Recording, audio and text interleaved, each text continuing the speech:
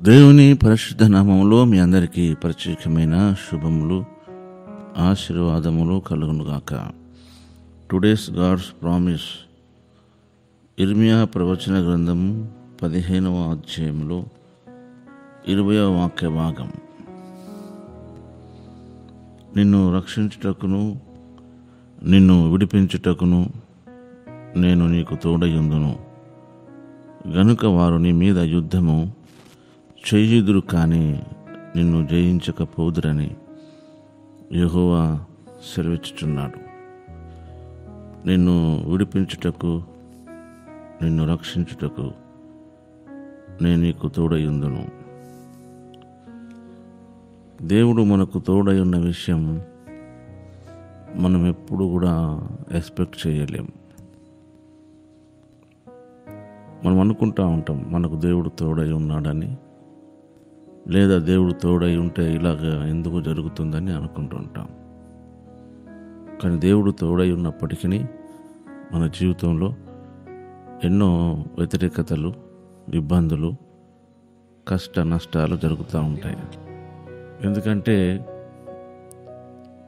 దేవుని కార్యాలు మనకు అర్థం కావు, దేవుని విషయాలు మనకు తోచవు. మీరు గమనించండి, యోసేపు చెరసాలలో ఉన్నప్పుడు యెహోవా అతనికి తోడై ఉండేను అని రాయబడ్డది. పోతిఫర్ ఇంట్లో బానిసగా ఉన్నప్పుడు దేవుడు అతనికి తోడై ఉన్నాడు అని రాయబడ్డది బైబిల్లో.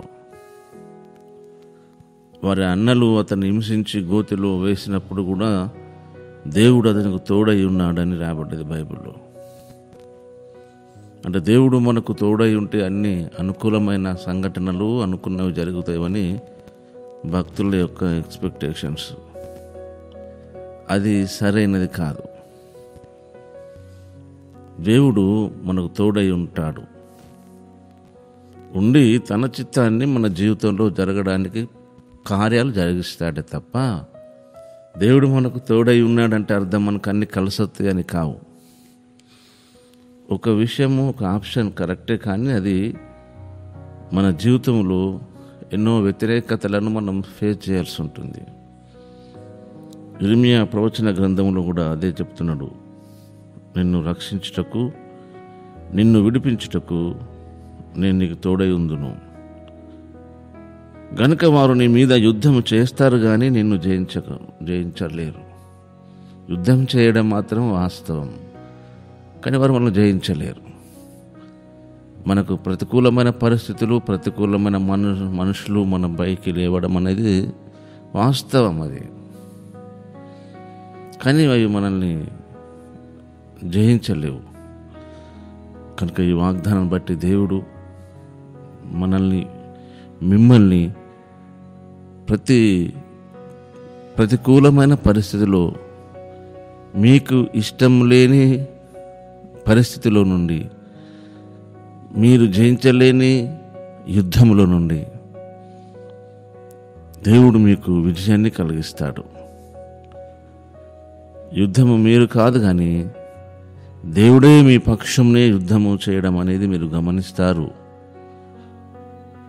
మన ఆత్మీయ జీవితంలో దేవుడు చేస్తున్న కార్యాలు ఏమాత్రం మనం ఎక్స్పెక్ట్ చేయలేం. కనుక దేవుడు నీకు తోడై ఉండి నిన్ను రక్షిస్తాడు, నిన్ను విడిపిస్తాడు, నిన్ను కాపాడుతాడు, నిన్ను బాగు చేస్తాడు, నిన్ను హెచ్చిస్తాడు. కనుక ఇవన్నీ జరగడానికి దేవుడు నిన్ను కొన్ని విషయాల్లో శిక్షణకు గురి చేస్తాడు. కనుక మన ఆత్మీయ జీవితంలో ఎంతో అద్భుతము, ఎంతో ఆశ్చర్యము మనము ఆయనలో ఉనికి కలిగి ఆయనలో చెల్లించుటకు ప్రభు మనకు కృపను అనుగ్రహిస్తాడు, ఆయనలో ఫలించుటకు. కనుక మీరు ధైర్యంగా ఉండండి.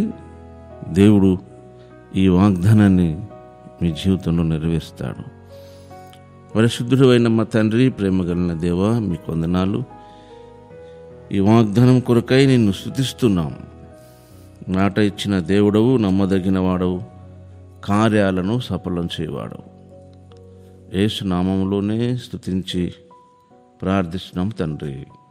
ఆమేన్.